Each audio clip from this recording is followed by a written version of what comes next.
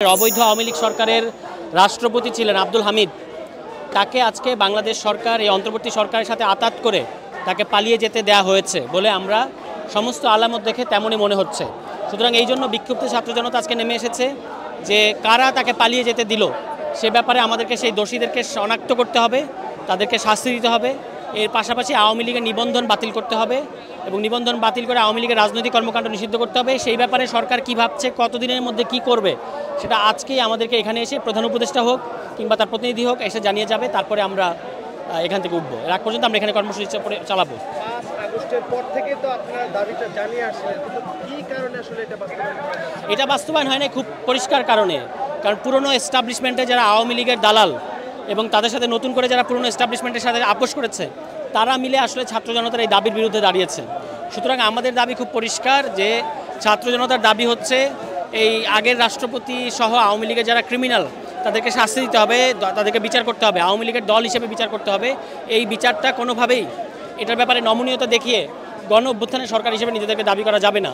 এই জন্য আমরা এখানে অবস্থান নিয়েছি যে সরকার আজকে জানাবে আমাদেরকে যে তারা কবের মধ্যে কি করবে আওয়ামী লীগ প্রশ্ন। আজকে আমরা এখানে অবস্থান নেওয়ার পরে সরকারের স্থানীয় সরকার উপদেষ্টা জনাব আসিফ মাহমুদ, তিনিও একজন ছাত্রনেতা, তার একটা ফেসবুক পোস্টের মাধ্যমে আপনি যে কথাটা বললেন যে মানে ওই ছাত্রলীগ, যুবলীগ এবং স্বেচ্ছাসেবক লীগকে তারা নিষিদ্ধ করবে, কিন্তু আমাদের দাবি খুব পরিষ্কার, সেটা তো আপনি করবেন ভালো কথা, আওয়ামী লীগকে নিষিদ্ধ করতে হবে, আওয়ামী লীগের নিবন্ধন বাতিল করতে হবে। এটা করার আগ পর্যন্ত আমরা এখান থেকে উঠবো না।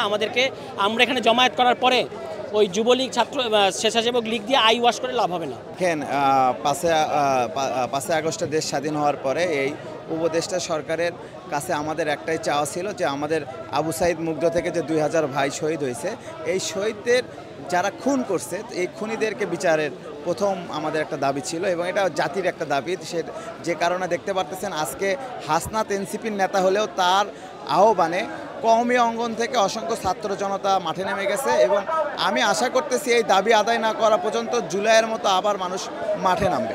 আজকে আওয়ামী লীগের গুটি কয়েক কিছু মামলা বা গ্রেপ্তার হইলেও তাদের কোনো বিচার ফয়সালা শুরু হয় নাই, কিন্তু অথচ আগে পুলিশ যেভাবে অ্যাগ্রেসিভ ছিল আজকে বর্তমানে বাংলাদেশের পুলিশকে অতটা অ্যাগ্রেসিভ দেখা যাচ্ছে না।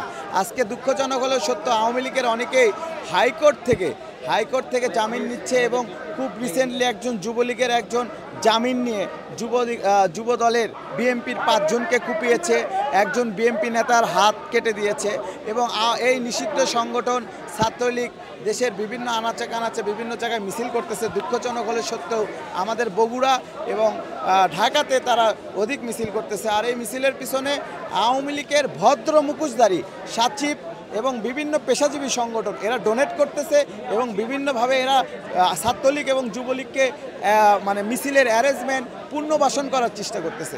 তো আমাদের যে রাজপথ থেকে দেশটা স্বাধীন হয়েছে, আমরা আমাদের চাওয়া পাওয়া ফয়সালা এই রাজপথ থেকেই করবো। আমরা আওয়ামী লীগের